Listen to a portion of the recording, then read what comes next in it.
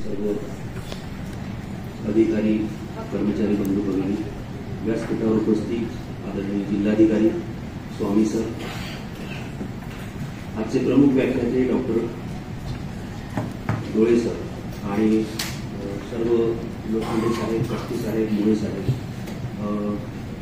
या कार्यक्रमाचं प्रास्ताविक करताना मला प्रामुख्याने 2-3 मुद्दे सांगायचे आहेत. फार बोलणार नाही मी, सरांना वेळ मिळाला पाहिजे.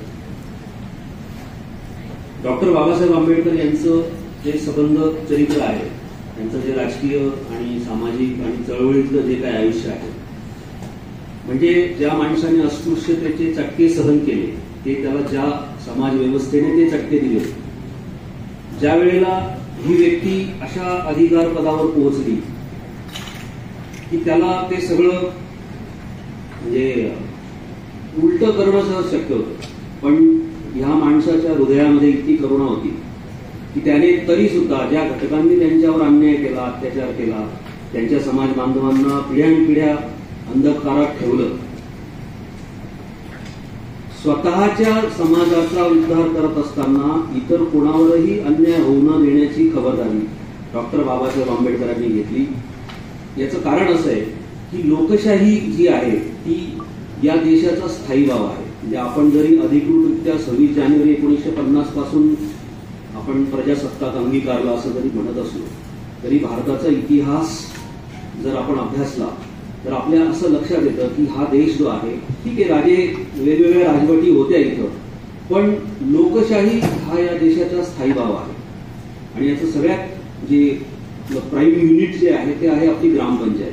म्हणजे तुम्ही बघा, अनेक राजवटी आल्या, अनेक राज्यकर्ते होऊन गेले या देशामध्ये, पण आपलं जे ग्रामपंचायत हे जे युनिट आहे ते तसंच आहे, ते बदललं नाही कधीच. आजही ते आपण कायम आहोत. हे आपल्या देशाचा जो स्थायीभाव आहे तो लोकशाही असल्याचं हे परिमाण आहे असं आपण समजूया.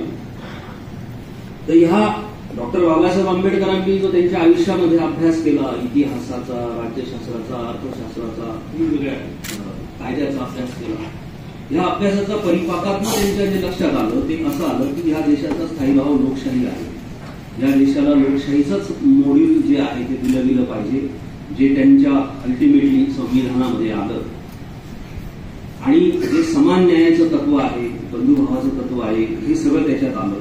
आणि अंतिमतः या संविधानाचा सगळ्यात महत्वाचा भाग, सर पण सांगतील तो भाग, की प्रत्येक व्यक्तीचं मत हे समान आहे.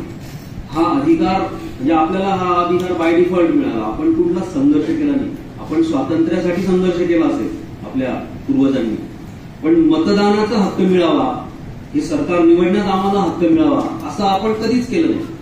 ते आपल्याला बाय डिफॉल्ट मिळालं. तेच म्हणजे ह्या गोष्टीचे फक्त उपकार जे आहेत ते डॉक्टर बाबासाहेब आंबेडकरांचे आहेत की त्यांनी संविधानातला हा अधिकार आपल्याला दिला, महिलांना दिला, पुरुषांना दिला, सगळ्यांना दिला.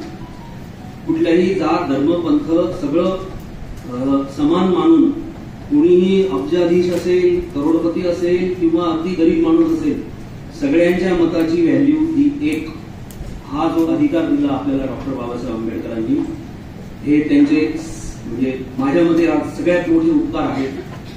आणि आज आपण लोकसभा निवडणुकींना सामोरे जात असताना जेव्हा मतदानाविषयी आपल्याला जनजागृती करावी लागते, तर आज बाबासाहेबांच्या जयंतीनिमित्त त्यांचं अभिवादन करताना, त्यांचं स्मरण करताना आपण ह्या त्यांनी दिलेल्या अमूल्य अधिकाराचंही स्मरण केलं पाहिजे.